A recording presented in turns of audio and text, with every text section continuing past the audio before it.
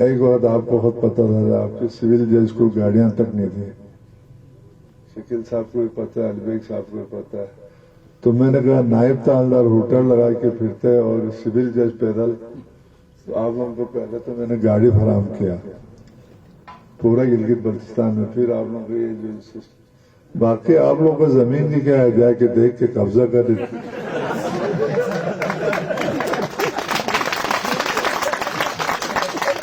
جس طرح آپ لوگوں نے ایل بی آر ڈی کے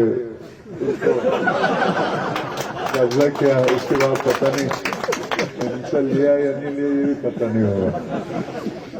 تو یقیناً آپ لوگوں کے ساتھ تعاون کرنا ضروری ہے، اس لیے کہ پبلک کو ریلیف ملے.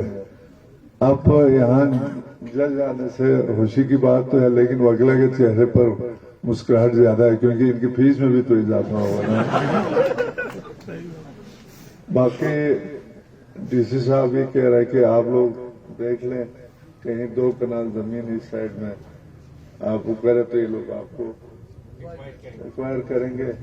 اس کے بعد آپ بیگ صاحب ایک PC1 کے لیے آپ چیف منسٹر کو وہ کرے، اور میں بھی چیف منسٹر صاحب سے گزارش کروں گا آپ لوگوں کے یہ جو حال اور دوسرا ہے وہ بھی انشاءاللہ جو بھی اچھا کام ہوا ہے ہمارا پارٹی کے دور میں. لیکن مجھے ایز اے گورنر بھی بات نہیں کرنا چاہیے، لیکن حقیقت یہی ہے.